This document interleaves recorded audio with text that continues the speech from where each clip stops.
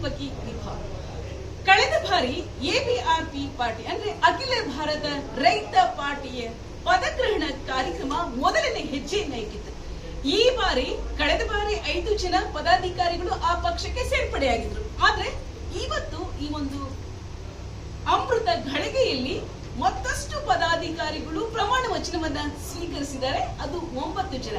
ಅಲ್ಲಿಗೆ ಹೊಸದಾಗಿ 9 ಜನ ಪ್ರಮಾಣ ವಚನವನ್ನ ಸ್ವೀಕರಿಸಿ ರೈತರ ಸಮಸ್ಯೆಗಳಿಗೆ ನಾವು ಸ್ಪಂದಿಸ್ತೇವೆ ಅನ್ನುವಂತಹ ಪ್ರಮಾಣ ವಚನವನ್ನ ಸ್ವೀಕರಿಸಿ ಅವರು ಮುಂದೆ ಬಂದಿದ್ದಾರೆ. ಅಲ್ಲಿಗೆ ಒಟ್ಟು 14 ಪದಾಧಿಕಾರಿಗಳು ನಮ್ಮ ರೈತ ಪಾರ್ಟಿಗೆ ಸೇರ್ಪಡೆಯಾಗಿದ್ದಾರೆ.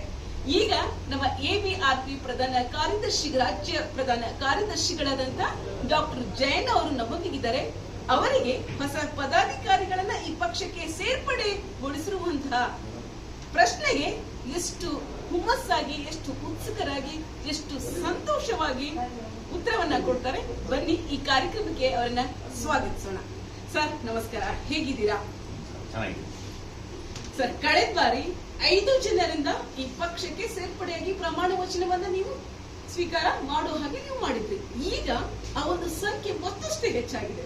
9 ಜನ ಈ ಬಾರಿ ಪ್ರಮಾಣ ವಚನವನ್ನ ಸ್ವೀಕರಿಸಿದ್ದಾರೆ. ಅಲ್ಲಿಗೆ 14 ಸದಸ್ಯರು ಈ ಪಕ್ಷಕ್ಕೆ ಸೇರ್ಪಡೆಯಾಯಿತು. ಈಗ ನಿಮ್ಗೆ ಎಷ್ಟು ಖುಷಿ ಇದೆ ಸರ್? ಈ ಪಕ್ಷದ ಸೇರ್ಪಡೆಗಾಗಿ ಐತಿಹಾಸಿಕವಾಗಿ ಒಂದು ಅದ್ಭುತವಾದಂತಹ ಕ್ಷಣವನ್ನ ಸೃಷ್ಟಿ ಮಾಡಿದೆ. ಆಕ್ಚುಲಿ ಇಲ್ಲಿ ಬೆಂಗಳೂರು ಲೆಕ್ಕ ತಗೊಂಡ್ರೆ 15 ಜನ ಬರುತ್ತೆ. ರಾಜ್ಯ ಲೆಕ್ಕ ತಗೊಂಡ್ರೆ ನಮ್ಮಲ್ಲಿ ಅಲ್ಲಿ 10,300 ಜನ ಸೇರ್ಪಡೆ ಆಗಿದೆ ಕರ್ನಾಟಕ ರಾಜ್ಯದ ಕೂಡ. ಬೆಂಗಳೂರಿಗೆ ನಾವು ಕಳೆದ ತಿಂಗಳಿಂದ ನಾವು ಅದನ್ನು ಮಾಡಬೇಕು ಅಂತ ಅಂದ್ಕೊಂಡು ಕಳೆದ ಬಾರಿ 5 ಜನ ಮಾಡಿದ್ವಿ. ಈ ಸರಿ 9 ಜನ ಇದ್ದಾರೆ. ಈಗ ಅಲ್ಲಿ ಬರೋ ತಿಂಗಳಿಗೆ 25 ಜನ ರೆಡಿ ಆಗಿದ್ದಾರೆ. ಸೊ ಹಾಗೆ ಇದರ ಜನ ಹೆಚ್ಚಿಗೆ ನಮ್ಮ ಪಕ್ಷ ನೋಡಿ ಬರ್ತಾರೆ.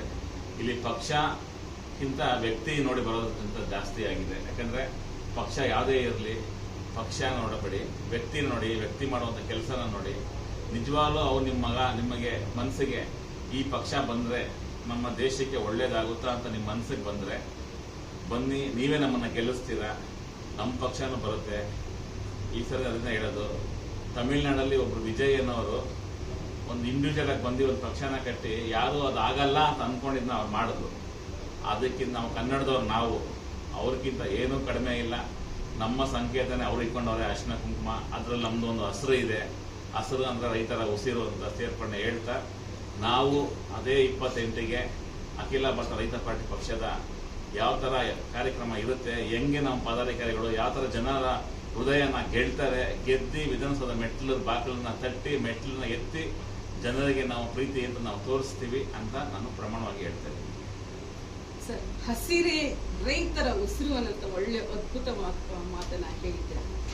ಈಗ ಹೊಸದಾದ ಪದಾಧಿಕಾರಿಗಳನ್ನ ಸೇರ್ಪಡೆಯಾಗಿ ಮಾಡ್ಕೊಂಡಿದ್ರಲ್ಲ, ಅವರಿಗೆ ಒಂದು ಏನು ಕಿವಿ ಮಾತನ್ನ ಹೇಳಲು ಇಷ್ಟಪಡ್ತಾ ಇದ್ದಾರೆ ಸರ್? ಹೊಸದಾಗಿ ಪದಾಧಿಕಾರಿಗಳು ಅಂತಲ್ಲ, ಹೊಸದಾಗ್ಲಿ ಹಲವರಾಗ್ಲಿ ನನಗೂ ಸೇರಿಸಿ ಹೇಳ್ತಿರೋದು. ಯಾವತ್ತಿಗೂ ನೀವು ತಗೊಂಡಿರುವಂತ ಕೆಲಸ ಜವಾಬ್ದಾರಿಗಳನ್ನ ನಾವು ಮರಿಬಾರ್ದು. ನಮ್ಮ ಹೆಗಲ ಮೇಲೆ ಹಾಕಿರೋದು ಬಂದ್ಬಿಟ್ಟು ಅದೊಂದು ದೇವರ ಬಟ್ಟೆ. ಅದು ಬೇರೆ ಒಂದು ಹಸಿರು ಶಾಲಲ್ಲ, ಅದು ಒಂದು ದೇವರ ಬಟ್ಟೆ ಅಂತ ನಿಮ್ಮ ಎಲ್ಲ ಮನಸ್ಸಲ್ಲೂ ಭಾವಿಸ್ಕೋಬೇಕು. ನನ್ನ ಮನಸ್ಸಲ್ಲೂ ಅದೇ ಭಾವನೆಯನ್ನೇ ಇರೋದು.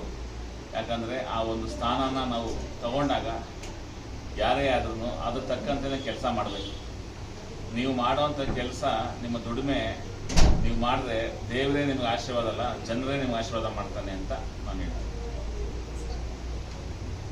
ಇವಿಷ್ಟು ಡಾಕ್ಟರ್ ಜಯಣ್ಣ ಎಸ್ ಅವರ ಮಾತುಗಳು. ಇದು ಎಬಿಆರ್ಪಿ ಯೂಟ್ಯೂಬ್ ವಾಹಿನಿ ರೂವಾರಿಯಾದಂತ ಡಾಕ್ಟರ್ ಜಯಣ್ಣ ಎಸ್ ಅವರ ಮಾತುಗಳು. ಕಳೆದ ಬಾರಿ ಏನು ಹೊಸದಾಗಿ 5 ಜನ ಪದಾಧಿಕಾರಿಗಳಿಗೆ ಅವರು ಪ್ರಮಾಣ ವಚನ ಸ್ವೀಕಾರ ಮಾಡಿದ್ರು.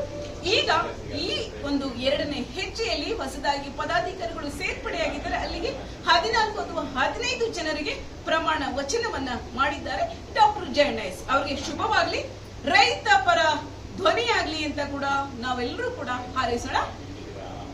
ಇವಿಷ್ಟು ಈ ಹೊತ್ತಿನ ಎಬಿಆರ್ಪಿ ಯೂಟ್ಯೂಬ್ ವಾಹಿನಿಯ ವಿಶೇಷ. ಮತ್ತಷ್ಟು ಮಗುದ ಎಬಿಆರ್ಪಿ ಯೂಟ್ಯೂಬ್ ವಾಹಿನಿಯನ್ನ ಲೈಕ್ ಮಾಡಿ, ಶೇರ್ ಮಾಡಿ, ವಾಚ್ ಮಾಡಿ. Keep watching. ಹಾಗೆ ಸಬ್ಸ್ಕ್ರೈಬ್ ಮಾಡೋದನ್ನ ಮರಿಬೇಡಿ. ಹೊಸ ವಿಶೇಷತೆಗಳ ಸಂಚಿಕೆಗಳು ನಿಮಗೋಸ್ಕರ ಕಾಯ್ತಾ ಇರುತ್ತೆ. ಹಾಗೆ ಒಳ್ಳೆ ಒಳ್ಳೆ ಕಮೆಂಟ್ಗಳನ್ನ ಕೊಡ್ತಾ ಇರಿ. ಮತ್ತೆ ಸಿಗೋಣ.